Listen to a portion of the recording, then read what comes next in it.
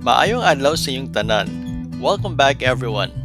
Today, we're taking you to one of Cebu's iconic cultural heritage, the Casa Gorordo Museum. Nestled in the historic Barangay Parian, this charming museum is a must-visit for everyone who loves a good blend of culture and history. Let's dive right in. Located at 35 Eduardo Aboitiz Street, formerly Lopez Haina Street, the Casa Gorordo Museum is open every Tuesday to Sunday from 10 a.m. to 6 p.m. And the best part, it's super affordable. For local adult tourists, it's just 40 pesos, 15 pesos for college students, and a mere 10 pesos for high school and elementary students. If you're a foreign visitor, don't worry.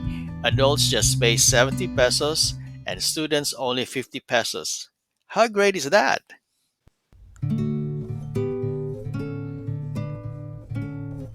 Now, before we talk about history, this is not my first time coming here. But because my partner was a fan of GMA's Maria Clara and Ibarra, he insisted to come here again. It's the perfect spot to take a step back in time. Look at the big, beautiful house. This mansion was originally built in the 19th century by Alejandro Reyes y Rosales. It started out as a simple two-story home. The property may be so big, but it was considered modest compared to the other houses that were built during its time in the country. But over the years, it became a significant piece of Cebu's history. We're starting our tour at the ground floor. Right here, you can see the Sagwan, which is a basement of the museum, where you can explore fascinating food storage areas. It is made of mactan coral stone walls and hardwood. Even before the Spanish time, the typical Filipino household had a basement or silong. It is where harvests and domesticated animals are kept. These farming tools, like plows and soil cultivators, really show how thriving agriculture was in Cebu, even before the Spanish era. So it wasn't just fishing.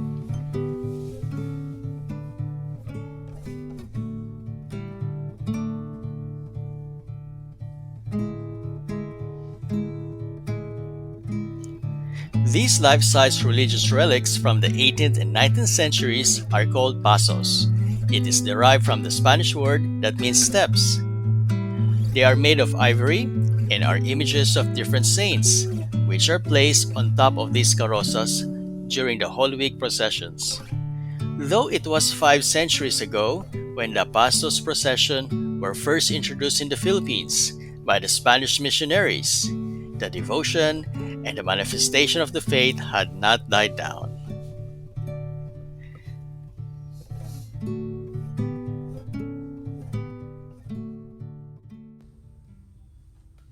Alright, let's head up to the second floor through this grand staircase where the real magic really happens. Inside, you'll find some amazing pieces that tell so many stories of the past. There's so much to discover, from antique furniture, personal belongings, to artwork that really captures the essence of this era. Borrowed from the Spanish word kaida, which means fall, this kaida of the early colonial bahay na bato is the space between the staircase and the living room.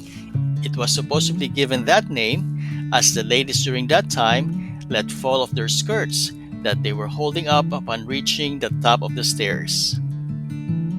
If the silong is made of coral stones and terracotta tiles, the second floor is entirely made of mulave wood.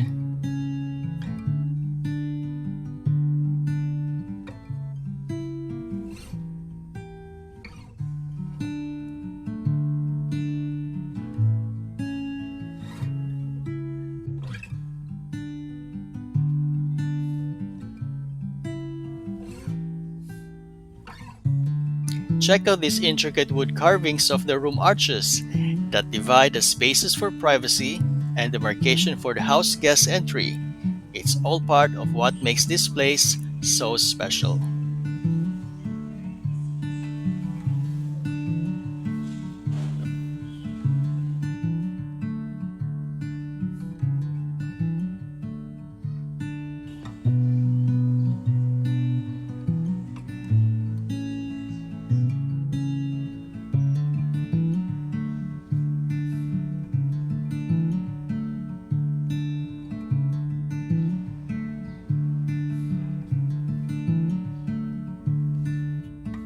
This bathroom was refurbished into the 1920s style. You can also see tools used for washing, like the large tub and the orinola. It's a fascinating look of the everyday life from long ago. Salve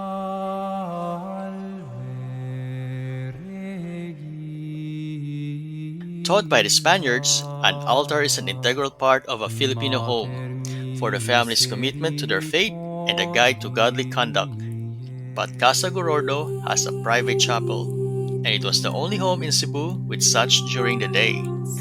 Also taught by the Spaniards is the daily evening rosary of the household at 6 p.m.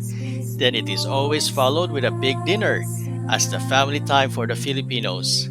Sunday, being sacred to the Filipino families, is glorified with a feast after attending the church mass. This elegant dining room gives distinction to the Gorordos as a prominent family back then. These wide windows, they were characteristic of the Spanish colonial architecture, featuring wooden frames and large sliding panels fitted with capiz shells. Capiz shells are translucent, allowing natural light to filter into the interior, while also providing ventilation. The design of the windows reflects a blend of practicality and aesthetics, ensuring that the house remained cool in a tropical climate while allowing for views of the surroundings.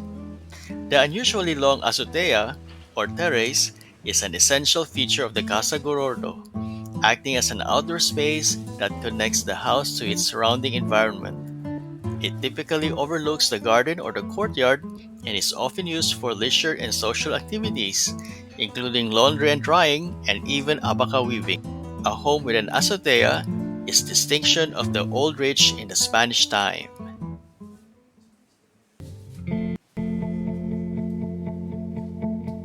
We hope you enjoyed this peek into the past as much as we did. If you like old houses, don't forget to hit the subscribe button because my Yup San Diego Ancestral House video is coming soon. Dagang salamat!